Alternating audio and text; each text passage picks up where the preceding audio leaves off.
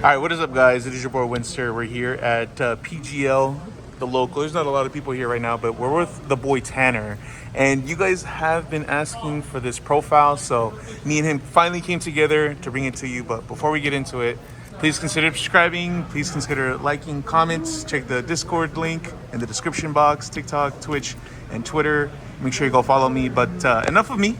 Let's get to the boy talking and let us know what you played. Yeah. So I built this for Heart of the Underdog. It's a Exodia punk like power tool combo deck. It's really not anything I would recommend for like advanced play, but you know, if you want to have some fun and you're not afraid of getting trolled or some shit like that, it's pretty fun and it's kind of consistent. So I'll just kind of go into why I was building this. So obviously, first five. I mean, you know, it's an Exodia deck, so. Gotta play that. I really hope they put these to ulti as well. That'd be nice. So the main engine of the deck is a pretty stripped back punk engine. So this is the 4 level 3s. I only play one each of them because after you've used their abilities, you can't use them more than once per turn. But the basic goal is to go through a main punk combo that ends on Geomathemic Magma, and then you bring back the Rising Carp, which I'll kind of explain with this guy, and you end up creating Power Tool Dragon from a Tzolk'in. So from there, the Power Tool Dragon will get some other cards, which I'll explain, but each of these, if you're familiar with punks, is pretty simple. Search as a monster, fusion summons, search as a spell, search as a trap, and then these are all just one-ofs to kind of just help the combo keep going in the event that you get stopped or something happens. Spell that you search off of and the trap. This is Pot of Greed. There's a lot of cards that don't say Pot of Greed on them, but they actually are, and this is one of them. If you activate 2 psychic monsters during the combo while this is on the field, you're going to draw 2 cards, which was part of the reason why I thought this deck could work. And then this is just a search for the Trap Searcher. Mainly it's just in there to trigger this. 3 emergency teleport because it's not once per turn. Yeah, I know, these are nice. Such a beautiful card, man. This is my favorite Yu-Gi-Oh card. I love it so much. And then the honorable punk of this deck is Dr. Frankenderp. I didn't know this card existed a while back, but it's a psychic that pays life points for an effect that draws a card, basically, and can kind of just help you get through your deck. After that, we have the Bamboo Sword package. Any Exodia player is probably pretty familiar with this. Pretty standard. These are the 3 that you normally want to equip to your Power Tool Dragon, or Power Tool Braver Dragon, sorry. When you summon it off of Tzolk'in, you could send this, equip a different one here, and then from there it's just kind of managing the resources that you have in hand in order to add the second Pot of Greed in this deck, the Golden Bamboo Sword, in order to keep drawing. So, let's see. From there, small Horus package. Again, we don't really want to play too many non-1-0s. I do normally play 2 Imseti, just because you can send Imseti off of another card that I'll see later, which is the Magician's Souls. But for our Heart of the Underdog format, you can only play 1 of these, so I only played 1 of them. But these are pretty good, and they can also help you go into King Coach Giant Trainer, which also just draws you 3 cards, so we just want to draw as many cards as possible. Speaking of which, 3-up-Star Goblin, because we want to draw as many cards as possible.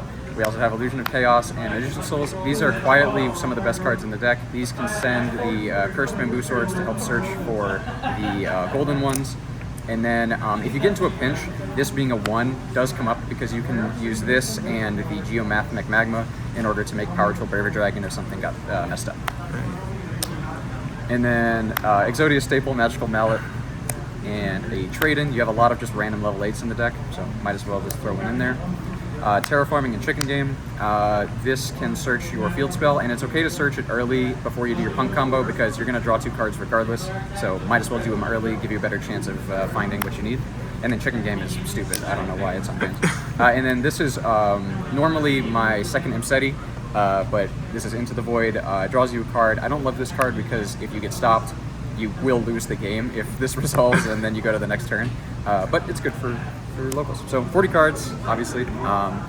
The extract monsters that go into the combo are these ones. So you'll start the combo by making the Rising Carp. Rising Carp eventually gets you into Mathemic Magma. You'll use Deer Note to bring back the Rising Carp, and you'll send both of these off for the Tzolk'in. Tzolk'in, then you set a spell, summon out the Power Tool Dragon, and then from there you equip the Bamboo Swords and shenanigans ensue from there. And then if you get into a pinch, obviously the Giant Trainer, like I said, and a apparent favorite of everybody online is the Sayuja. Fun fact about Sayuja, you cannot activate this card unless you have 4 or more cards in your deck, so just remember that, because that did come up, but thankfully I was able to make this guy instead, so it was good. And then just in the event that you get stopped and you need backup plans, there's like the regular Plunk stuff. This comes up if you need to normal summon a Wagon. This just draws you a card. And then if you need to just randomly OTK your opponent, if you're going second, you could just kind of hit them with the Numeron stuff. So that's about it for the deck. It's obviously not like the best thing in the world, but it's a lot of fun to play. So if that's important to you, which it is to me, give it a shot. Is there anything that you would have changed in the main or in the extra? No, I don't think so. I've been unfortunately cooking this for a while in my free time, so I don't think there's anything I would change. If you want, something I was playing around with like the side deck is you could theoretically like take out all the Exodia stuff and put in 15 hand traps and just play Punk. But as for the main board itself, I don't know. There's probably other draw cards, so feel free to do whatever you want with this, and I hope this inspires somebody. But I've had a lot of fun with it, and it's pretty consistent. That is insane. Like smoke screen hand traps, bro. Yeah, or 10-5, whatever you want to do, man. Have fun with it. I don't care. Oh, Jesus, Tanner, thank you. Oh, he said smoke screen hand traps.